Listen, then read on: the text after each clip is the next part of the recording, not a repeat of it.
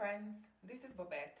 Today I would like to unpack a dynamic that I personally have experienced throughout the course of my career. And please tell me if you have experienced something similar. I have worked with leaders who felt quite difficult to reach. And this is not necessarily in obvious way or in physical availability. It is more to do with relational distance. And it's not necessarily the don't approach me kind of way, but you could feel over time, you could feel who has access to them and who necessarily did not have access to them. And let me break it down for you a little bit. So this is where you see the access is there, but it's not necessarily open. The interaction is formal, which is fine, but there is no emotional connection. And you get to speak to them, but not necessarily with them, if that makes sense. And in those moments, I remember thinking, what was really happening? And was that intentional or did it just happen? Fast forward to where I'm sitting today. I am sitting here with so much clarity of what was actually happening in those moments or in those spaces. This clarity actually stems from the thesis that I had penned down. At some point, I came across a syndrome. This syndrome is known as the Queen Bee syndrome. Not sure if it sounds familiar to you because I truly never knew about it until very recently. And so whilst the Queen Bee syndrome explains part of what I personally experienced, it doesn't necessarily tell the full story. I'll share a few things with you. In some environments I worked in, access to senior leadership wasn't necessarily equal. There were some sort of unspoken layers, more to say informal levels. And these levels meant that some people had access or had informal access to the leaders. They were given more time, more visibility, whilst others would be right there at a distance.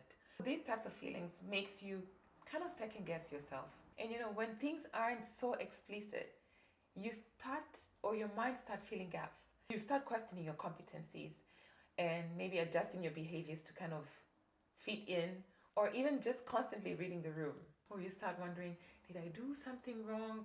Even though nothing has ever been said to you directly. So the Queen Bee syndrome, very simply described, this is the idea where female leaders who have actually reached the peak of their careers kind of distance themselves from aspiring young female leaders who are seeking growth by not necessarily actively providing them with the support. It could be mentorship, it could be coaching, it could be any form of sponsorship, basically any form of support. And when I look at this description, it focuses so much on the individual.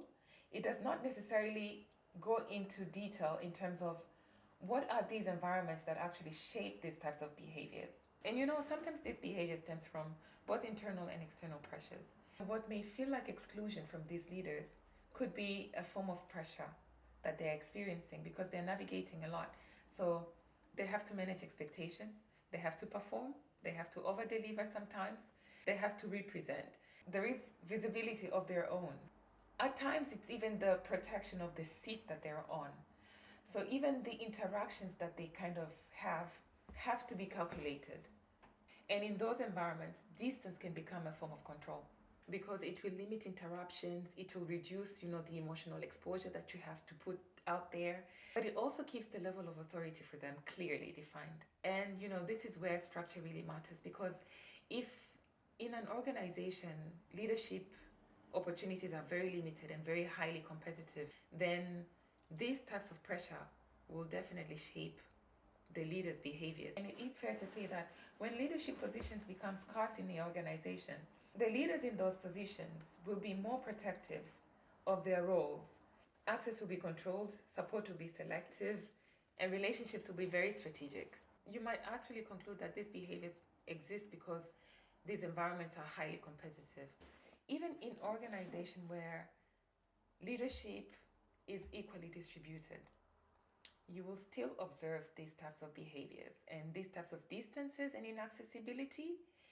And this comes from leaders who believe that, distance actually equals authority. Some leaders go into these leadership roles with a learned mindset, thinking that or equating distancing themselves to respect. They believe that by distancing themselves, they will probably earn more respect, and create boundaries. Some of them might step into a new leadership role and all of a sudden they have an identity shift. They may not necessarily understand how to navigate that shift. And so distance becomes, their default. The other reason could be just emotional self-protection, because a leadership role comes with a lot of decision making. Some of them are complex, some of them are not so easy to navigate.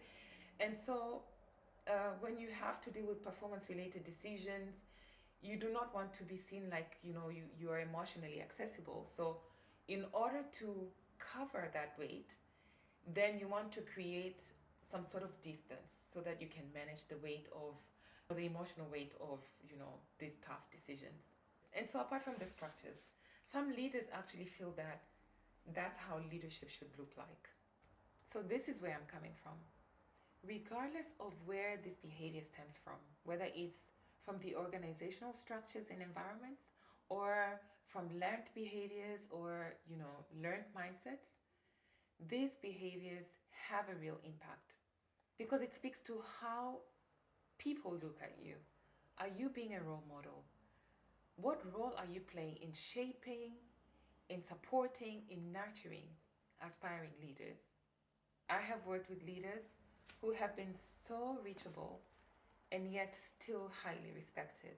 They create space for open dialogues, they are open communicators, they mentor intentionally and not necessarily by choice, because mentorship should be part of organizational programs. By being these types of leaders, they actually promote highly psychological safety.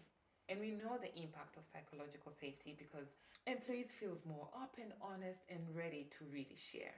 Because honestly, when the environment is open, then access does not feel like you actually have to earn it. And when the environment is not restricted, people reach out more. People feel so comfortable to reach out to you. So it's not so about this queen bee behavior, but rather the effect that this behavior actually brings.